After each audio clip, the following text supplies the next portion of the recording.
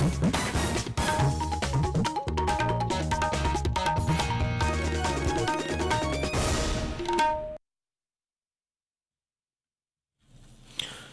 is All India Radio Shillong, the Northeast News Bulletin read by Sandeepan Chakravarti. World's longest river cruise MV Ganga Vilas reached Kahalgaon from Sultanganj late evening on Thursday. Tourists were welcomed traditionally after arrival. The cruise is in Bihar en route to Dibrugarh via Bangladesh. AIR correspondent reports 32 tourists from Switzerland are reveling the journey. Tourists yesterday visited historical and religious places in Sultanganj. They visited Ajgaivinath Temple, which is situated on the banks of river Ganga. Tourists participated in puja celebrations in temple. The cruise will have an overnight halt at Kahalgaon. The tourists are scheduled to visit Bateshwar Sthan today. They will also visit excavation site of Vikramshila University. Ganga Vilas was flagged off from Varanasi by Prime Minister Narendra Modi on Friday. The cruise will cover a 3,200 kilometer voyage, being pitched as the world's longest. The Chief Electoral Officer of Nagaland, V. Shashank Shekhar, yesterday said the state is fully prepared and confident about their readiness to conduct the general election to Nagaland Legislative Assembly. The state will go on polls on February 27th.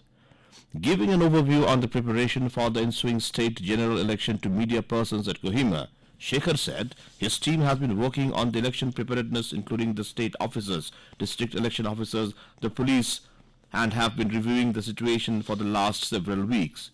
He said there are 13,17,634 electors, including 7,983 service voters in Nagaland. He informed that the first level check of electronic voting machines have been completed and that EVMs are placed in the strong room at the respective districts, while several trainings assigned for the electioneering duties have already been conducted. On security arrangements, the CEO informed that out of the total 305 CAPF companies to be deployed during elections, 75 advanced companies have arrived in the state, while the rest will be arriving in the state before the date of election.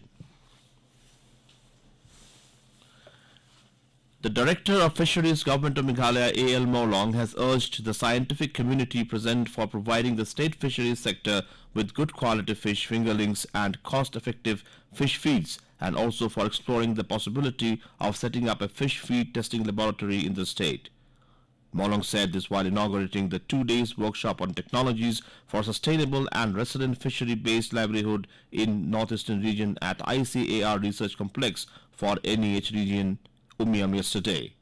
The workshop, which is organized by ICAR Central Institute of Fisheries Technology in collaboration with ICAR Research Complex for NEH region, is being attended by experts and stakeholders from the domain of fisheries, subject matter specialists of KVKs from all northeastern states, and representatives from NGOs, startups and officials from other related developmental agencies.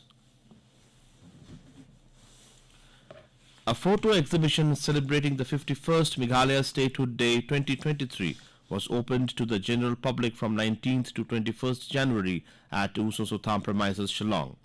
The exhibition has been coordinated as an effort to showcase the materials which are part of an audiovisual heritage that have been collected from across the state of Meghalaya, and as a reminder of the rich history and legacy in the Khasi, Jaintia and Garo Hills and the importance of preserving them. The exhibition is also a portal through which one can look back into Meghalaya's past before it became a full-fledged state. Photographs were displayed on the boards and glass cases. The categories of photographs that are displayed included family photographs, Roger Binham's photograph collection of the Great Assam earthquake, Ahmed Hussein's photograph of Usmith, and others. The Model Code of Conduct came into force with the Election Commission of India announcing the poll schedule for Meghalaya and 2 other northeastern states on Wednesday. Under the MCC, the district election officers will have to undo the defacement of government property within 24 hours of the announcement of the elections. The deadline in the case of the defacement of public property and misuse of public space is 48 hours, and that of private property is 72 hours. Deputy Commissioners have been asked to keep tabs on poll-related advertisements by individuals and parties from the public exchequer. He said flying squads and trained expenditure monitoring teams will be activated immediately and deployed by the field functionaries, especially at the level of the DCs.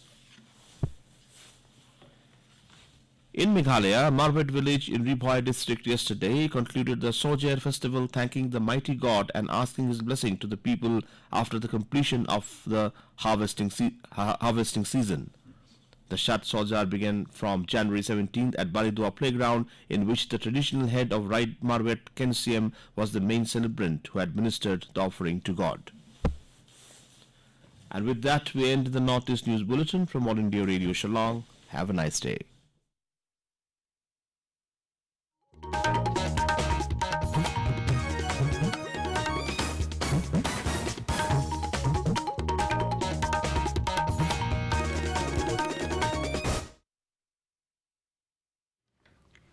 Kene All India Radio Shillong, yang sekarang ya kijing tam sur khasi pentingan na